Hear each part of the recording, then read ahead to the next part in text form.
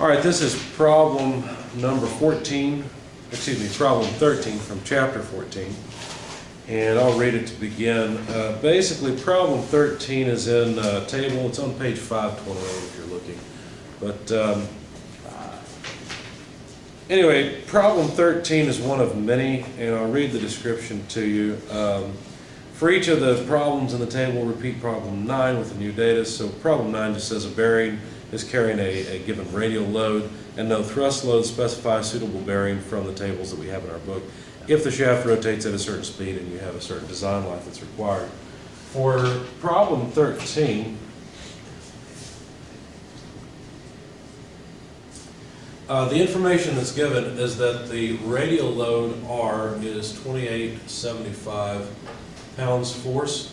The let's see, the thrust load, I guess in problem 9 there was no thrust load, but in our problem there is a thrust load. The thrust load is 1350 pounds force. The speed is 600 revolutions per minute. And a lot of times in this class we'll use N for speed, and it'll be in RPMs. In a lot of your other classes you'll use omega for speed, and it'll be in radians per second.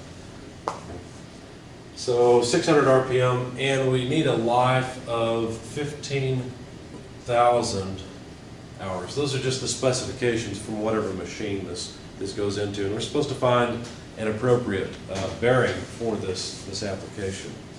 All right, now, how do you go through and solve this problem? Well, the issue is that we don't just have a radial load, we have a thrust load. So we have to somehow combine the two loadings.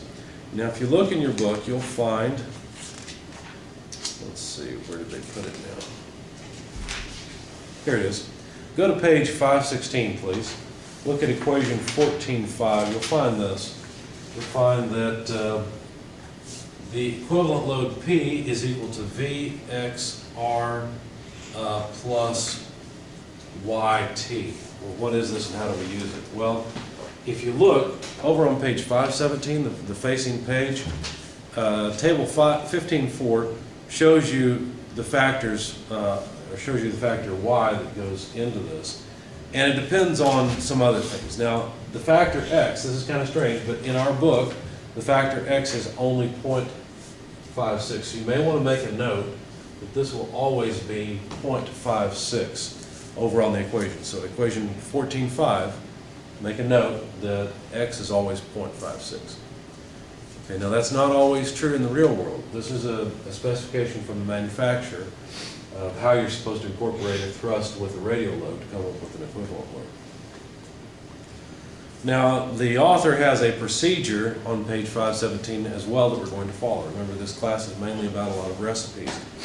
I'll read it and we'll follow it. Step 1, assume a value of y from table 15.4. The value y equals 1.5 is reasonable, being at about the middle of the range of possible values. You notice that y varies in the table from 2.3 to 1. 1.5 is about in the middle, so that's reasonable. So that's what we'll do. Step 1, we will assume y is about 1.5. You have to start. A lot of the problems in this class are iterative in nature, so you have to start at some point and iterate to finish it off. Compute the value of P equals VXR plus YT. So step 2. P equals V. Now what is V? Well, V has to do with whether or not the inner or outer whether the inner or the outer rotate. I can't speak. Or the inner or the outer race rotates. There we go. Now, do you remember what it was? You may want to add a note in here.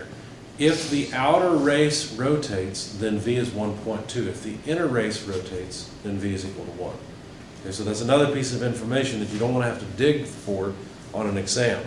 So you may want to make a note of that next to the equation as well. Next to equation 15.4, V equals 1.2 if the outer race rotates. It equals 1 if the inner race rotates.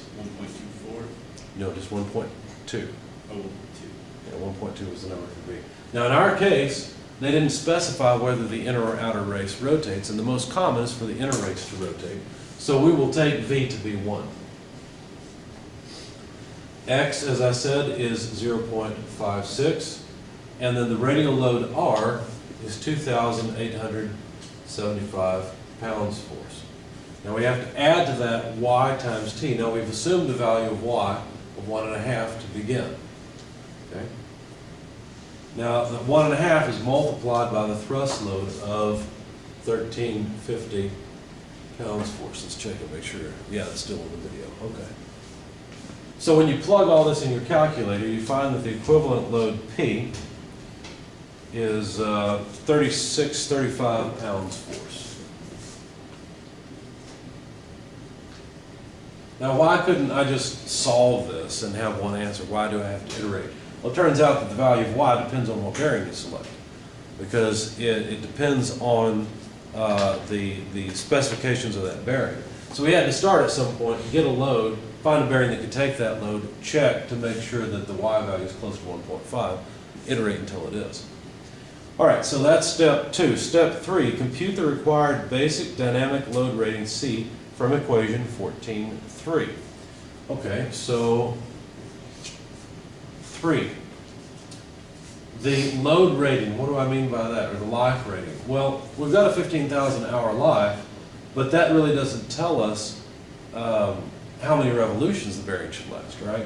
The bearing runs at 600 RPM, so what we have to do is take the life. This is just equation 14.3. 14.3 is a very simple equation. If you look back at it, it's on page 515. And you have to start off with 14.2 to get the design life, so that's essentially what I'm doing now. Okay, so I need to know how many revolutions this thing will last. So 600 revolutions per minute multiplied by 15,000 hours. Got an hours and minutes mismatch, so just convert them. There's 60 minutes per 1 hour, so that takes care of the hours and the minutes. And so the life, the number of revolutions this bearing has to last is 5.4 times 10 to the 8th revolutions. Now, when bearings are specified, when their L10 life is specified, how long do they last? How many revolutions does a bearing last? It's 1,000,000 revolutions, that's the standard. Okay, that's the normal. The L10 life is usually 1,000,000 cycles at a given load.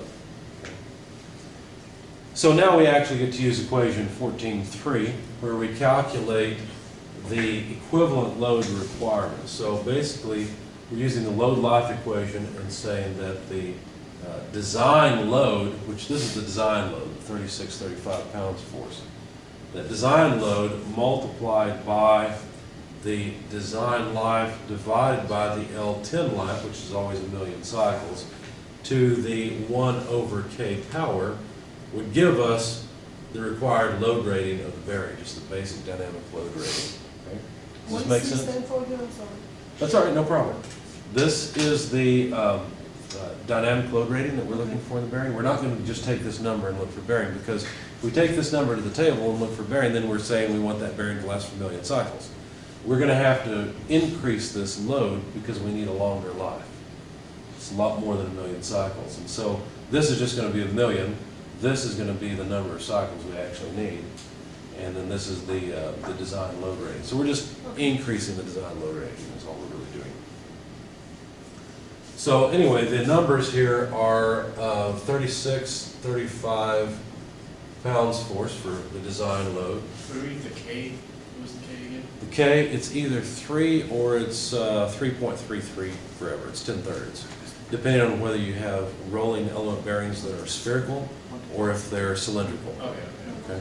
Now, in our book, we only have spherical bearings. We don't have any cylindrical bearings. So what would we use, 3 or 10/3? We only have cylindrical, so we can 10/3. Well, we're going to use spherical bearings, so it would be 3. Right? So K would be 3. So why I thought in the PowerPoint that was just to the K, not 1 over. Yeah, in the PowerPoint you saw K, and now I'm showing you 1/k. What is that? Well, the K power was when we had the two loads divided by each other. And the L10 life was solved for. So this is just the equation rearranged. Good question. Anything else? Okay. So let's plug in everything. 5.4 times 10 to the 8th divided by the L10 life, which is just 10 to the 6th. And that's to the power of 1/3. Anyway, the number comes out. I feel like I'm going to run off the video here, so let me, let's see, we've incorporated the radial load, thrust load, speed. Yeah, I think we're done with this part. I still want it to fit over here, so it'll be under step 3 though, so I guess I'll write it here anyway. 29,601 pounds force is the load rating we're going to look for in the table. So why are we looking for this load rating when we computed that the equivalent load is only 3,600 pounds or so? What was that again, do you know? Say that again. Sure. Why is it that we're going to go look for a bearing that can take 29 or 30,000 pounds of load when we really only need a bearing that can take 3,600 or so pounds of load? We want its life. Because we want its life to be longer than 10 to the 6 cycles. That's right, exactly. We need that many cycles, and so we have to do it this way. Good. All right, so let's go back into the tables and see what we can find. Now the tables, we looked at those a minute ago. We get on page 512, and basically we can select any bearing that will take this much load. Now, the easy way to design is to simply over-design everything, right? Just get the biggest bearing available, get the biggest shaft available. Well, why would you do that? Because the more material you have, the heavier something is, the more expensive it is. And that's not just a capital cost, usually it's more difficult to deal with. If you're designing a machine, let's switch it around. You're the consumer, you go to the store. Which drill are you going to buy, the big heavy one or the light one if they're equally powerful? The light one, right? Because you don't want to lug the heavy one around all the time. So we're not just going to over-design it. So basically what we want to do is find the smallest bearing that can take this load. Okay? And if size were a really big issue, then we would go away from ball bearings or spherical bearings and go to rolling element bearings. But anyway, so look in your table and look at the basic dynamic load ratings. They've got it in both kilonewtons and pounds force. What's the smallest bearing? Basically, the bearing size goes up as you go down in the table. What's the smallest bearing you see that'll take a 29,000 or so load? 6317. Which one did you see? 6317 is the one I saw. 6317, so that's on page It's 514. 514. Let's see, Close to 60, that. 12. 6012 as well. Which page is that on? 513. 513. Way down.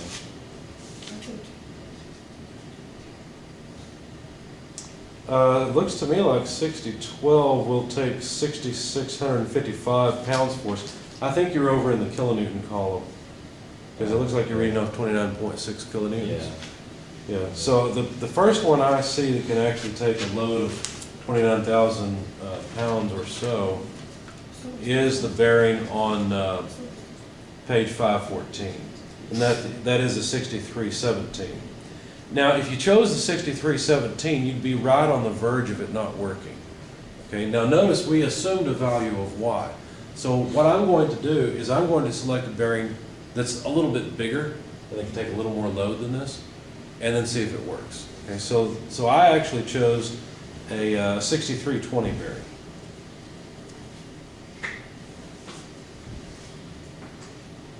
Is it 39? Yeah, 39119. At least that's what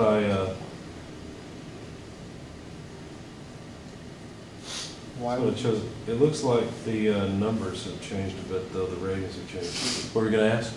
What about the 6318? It's the 32,000. Yeah, we can pick that one. The reason I chose the 6320 in the past is because it was basically in the middle of the 6300 series. But yeah, we could choose that. In fact, let's modify our choice because it looks like the numbers for the bearing ratings have changed. Let's see.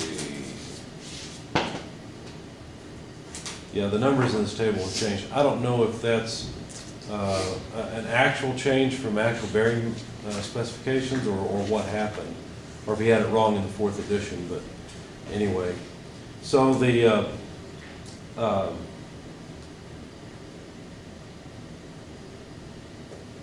let's see, 6318. Oh, I know why else. Actually, I know why else I chose the 6320. It's because the basic static load rating was above this number as well. Now, this is not the static load. I want to compare this to the dynamic load. But that's actually why I chose the 6320. Let me stick with the 6320. And just remember that the numbers in the example that I posted on Blackboard, the PDF, are slightly different because of the difference in the additions. But we'll go through the example problem using the numbers in the book, okay? So you chose the static one, that way if it stops, if it's just sitting there or something. Yeah, it's not really like that because this load rating has much more to do with the life and revolutions than it does with the actual load of platinum bearing. Okay, so now here's what's kind of interesting. In our step-by-step procedure, the thing we're going for now is not even the dynamic load rating. We have to select the bearing based on the dynamic load rating, but the number that we need to get in order to continue our procedure is the static load rating, okay? So basically, step 4 is select a candidate bearing with having a value of dynamic load rating that is at least equal to the required value. So I selected the 6320 in this case mainly to be consistent with what I've done in the past for the 4th edition. Now the load rating on that bearing in this book is that C, the dynamic load rating is 39119. That's pounds force. The static load rating is 31,475 pounds force. And what's interesting to me is that you select the bearing based on the dynamic load, but then to continue the procedure, you determine the static load rating. So that's essentially step 5. In other words, you read it off the table. Then step 6 is to compute the ratio of the thrust load to the static load rating. Okay, so that's pretty easy. Our thrust load, well, I've erased it, but our thrust load, 1350, thanks. Now I need some calculator help here because the numbers are going to be different than what's on my sheet, okay? So 1350 divided by 31,475 comes up to what? What are we dividing about? 31,475, C naught, the basic static load rating. 0.4289. 4289. Okay, lots of decimal places. If you go up to table 14.5, look on page 517. Please flip to page 517. Back to where our procedure is located. You need to locate this in the table. So look, bless you, look for T over C naught of 0.043 or so.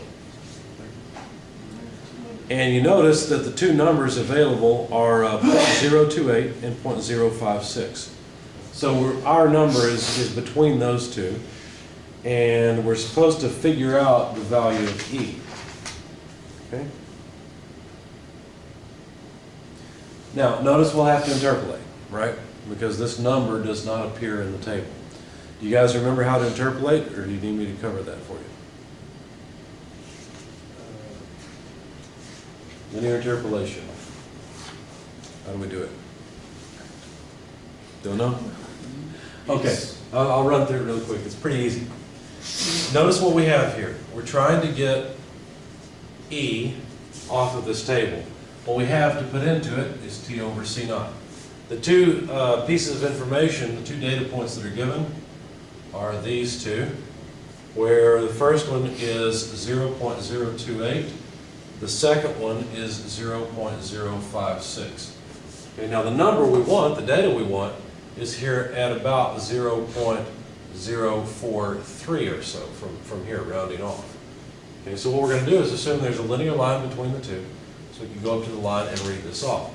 Now the data that we have for the 2 points, at 0.028, E is how much? Look in the table. 0.44. E. And T over C naught of 0.028, E comes out to what? 0.22. 0.22, good. So 0.22 goes here. At 0.056, what is E? 0.26. Good, 0.26. Now you can see from this, 0.043 is closer to 5.6 than it is to 2.8. So this is probably going to come out to 0.025 or so. But go ahead and interpolate. So how do you do that?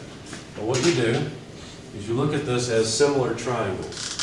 So this small triangle here is similar to a larger triangle right here. So the ratios of the sides would be equal. So what we can say then, on the smaller triangle, the height of the smaller triangle would be the E that we're looking for, less 0.22, because that's the height of the short triangle. If we divide that by the height of the large triangle, then that's 0.26 less 0.22. Okay? That ratio has to be equal to the base ratio. So the base ratio is 0.043 less 0.028. Need some space.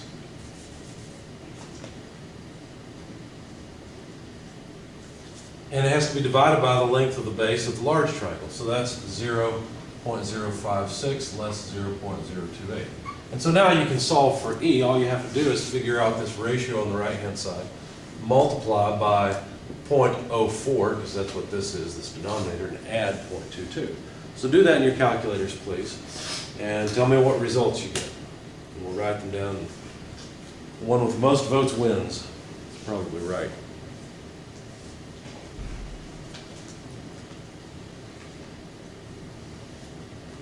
I've already reasoned we should get a number pretty close to 0.25.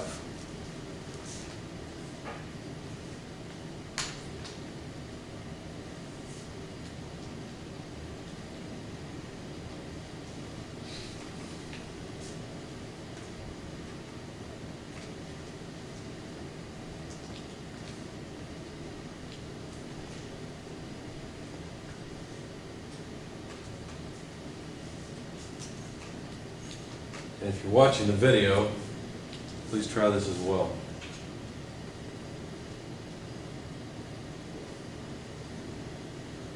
.241. 0.241. Anyone second that? Agree with it? Disagree? Concur? 2.7, which isn't right. 2.7 can't be right because it's out of the range, yeah.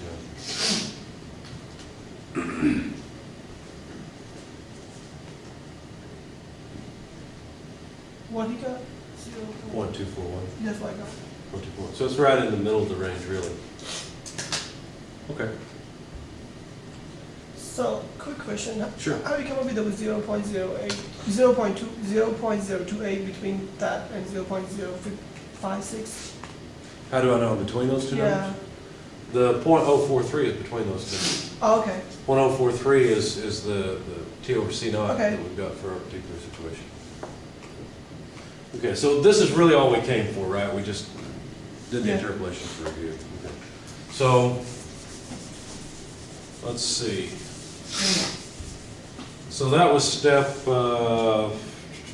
7. We found that E is equal to 0.241 or so. Okay, if T over R is greater than E, then determine Y from table 14.5. So step 8, thrust rating or thrust load over the radial load is how much? Well, our thrust load was 1350. Our radial load R was 2875. And so the ratio is about 0.47.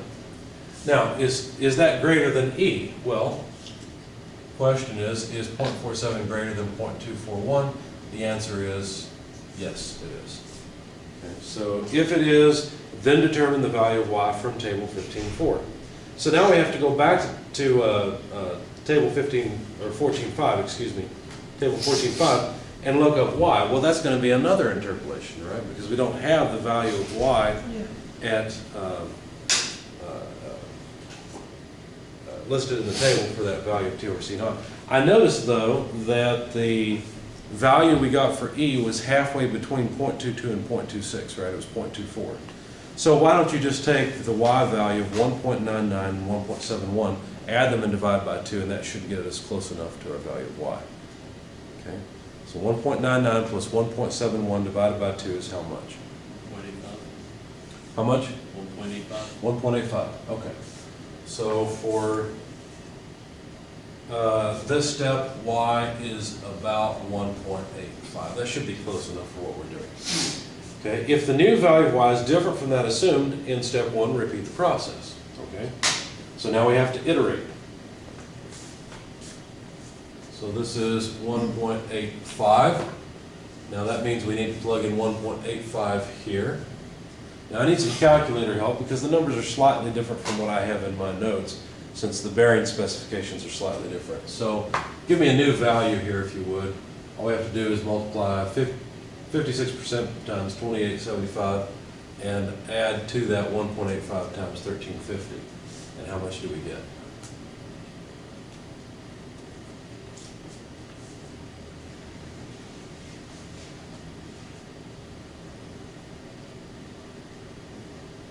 $4107.5. That's what I got too. 4108, let's call it. Okay. Okay, so does the life calculation change? No, not at all. But the load calculation changes because our load is different. That should be a 4, it looked like a 9. So 4108, so that increases this. So let's see you run through this part. 5.4 times 10 to the 8th over 10 to the 6th. I can simplify that for you. Basically that 8 becomes a 2.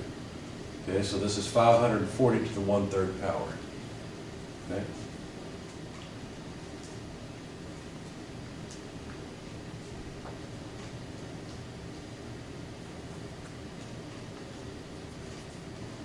$3,345. No wait. 33,452.